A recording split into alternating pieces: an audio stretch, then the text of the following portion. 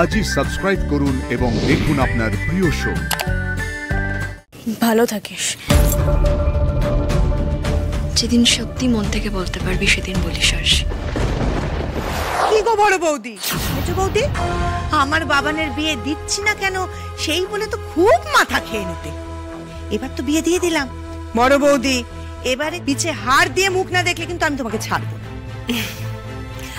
গড়িয়ে রাখার সুযোগ তো দাওনি বর্ষা। হ্যাঁ, আরে আমি তো কোনোদিন ভাবতেই পারিনি যে তোমার ছেলের বউয়ের মুখ দেখতে পাবো। সত্যি বলছি বর্ষা, মানে এই সম্ভাবনার কথা যদি ঘুণাক্ষরেও টের পেতাম না, আরে বিছে হাড় কেন, 7 নড়ি হাড় গড়িয়ে রাখতাম তোমার ছেলের বউয়ের জন্য।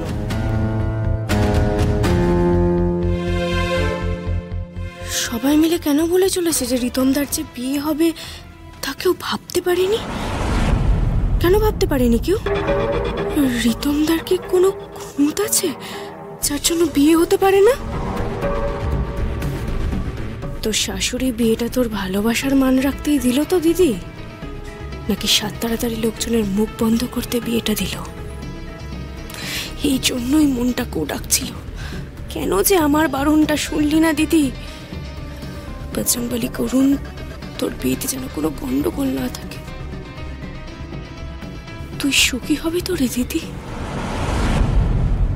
কংগ্রাচুলেশনস, তোমাদের দুজনের হানিমুনটা আমি আর সাক্ষ্য স্পন্সর করব।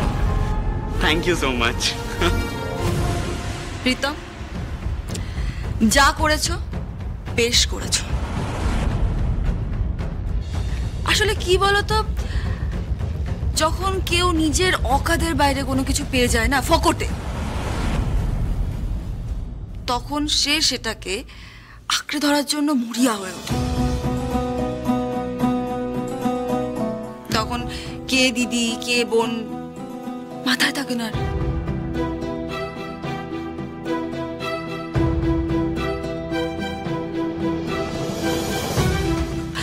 তাই নিজেদের মনের মধ্যে কোনো রকম কোনো গিল্ট পুষে রাখবে না। আমি বুঝতে পারছি তুমি কি ফেস করছো, আমি সবটা বুঝতে পারছি। So best of luck for your future married life.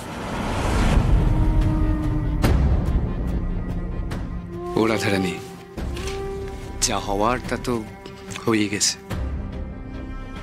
তুই এখন আর এমন অভিমান করে থাকিস না। তুই এমন অভিমান করে থাকলে বুঝে সুখী হবে না। আর তোর বাবা মাকে তোকেই তো সবটা বুঝিয়ে বলতে হবে।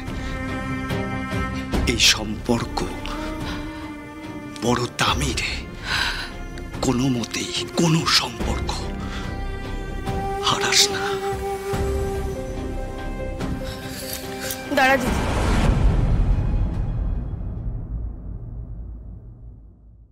ভালো থাকিস।